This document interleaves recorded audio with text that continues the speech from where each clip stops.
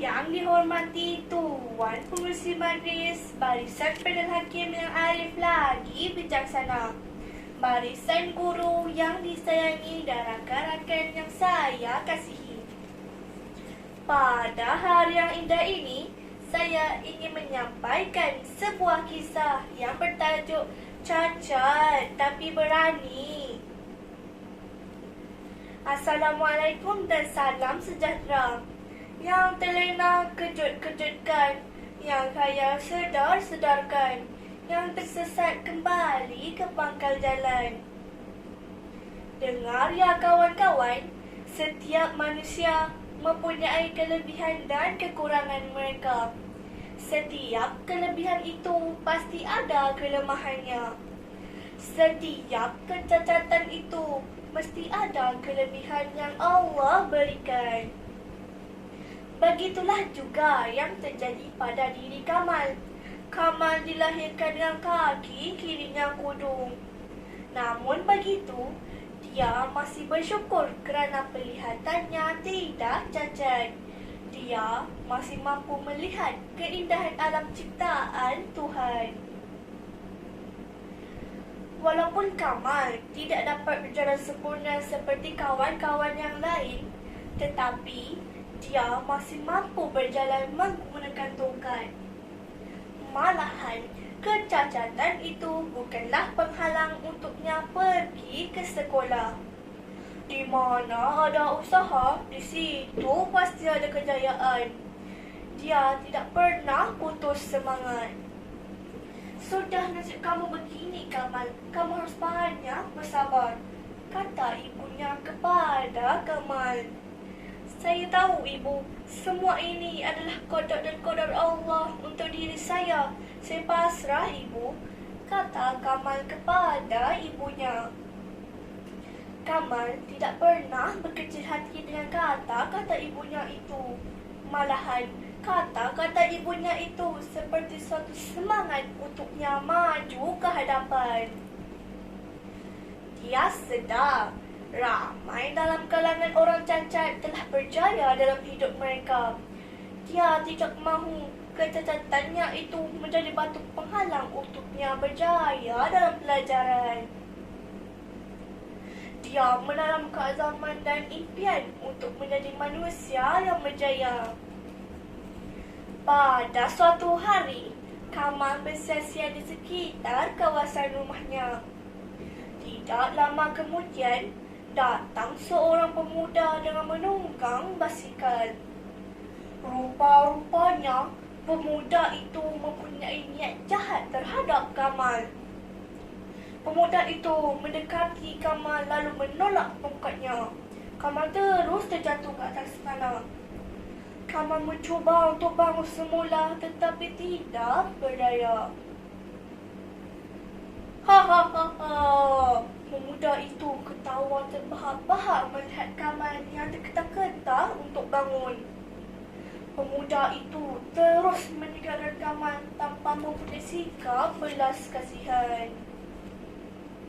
Pada ketika itu, datang seorang budak perempuan yang bernama Aisyah.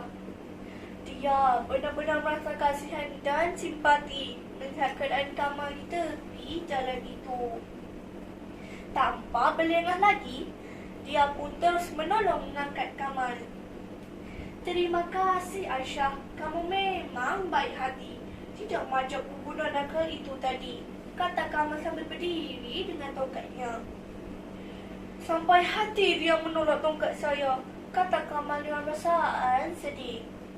Aisyah juga berasa kesal akan perbuatan pemuda itu. Dia berharap pemuda itu akan mendapat balasannya. Semenjak hari itu, Kamal dan Aisyah berkawan baik. Dalam hatinya, Kamal ingin sekali membalas budi baik Aisyah. Kamal ingin belajar rajin-rajin. Mereka sentiasa belajar bersama.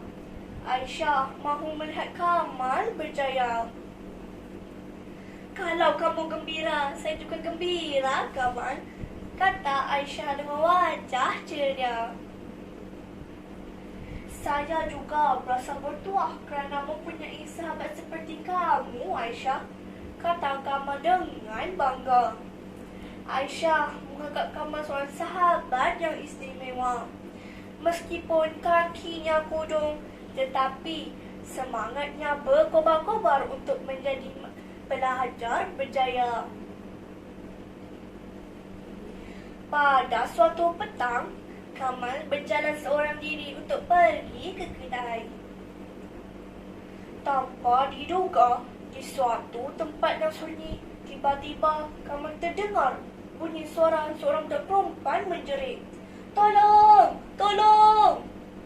Kamal terperanjat dan merasa curiga. Kenapa budak perempuan itu menjerit? Aku mesti sasar, kata Kamal dalam hati. Kawan-kawan, nak tahu apa yang terjadi seterusnya? Akhirnya, Kamal melihat Aisyah yang sedang diganggu oleh pemuda yang pernah menolak tongkatnya dahulu. Kamal berasa amat marah. Dia mesti menyelamatkan Aisyah, kawannya itu. Tiba-tiba sahaja, dia menjadi berani dan bersemangat. Dia lupa akan kecacatan kakinya semata-mata kerana ingin menolong Aisyah.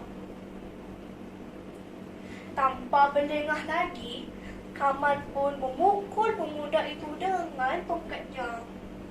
Pemuda itu terkejut. Dia tidak menduga budak cacat itu telah melihat perbuatannya. Kamal memukul pemuda itu dengan sekuat hatinya. Disebabkan rasa sakit, budak itu terus melarikan diri.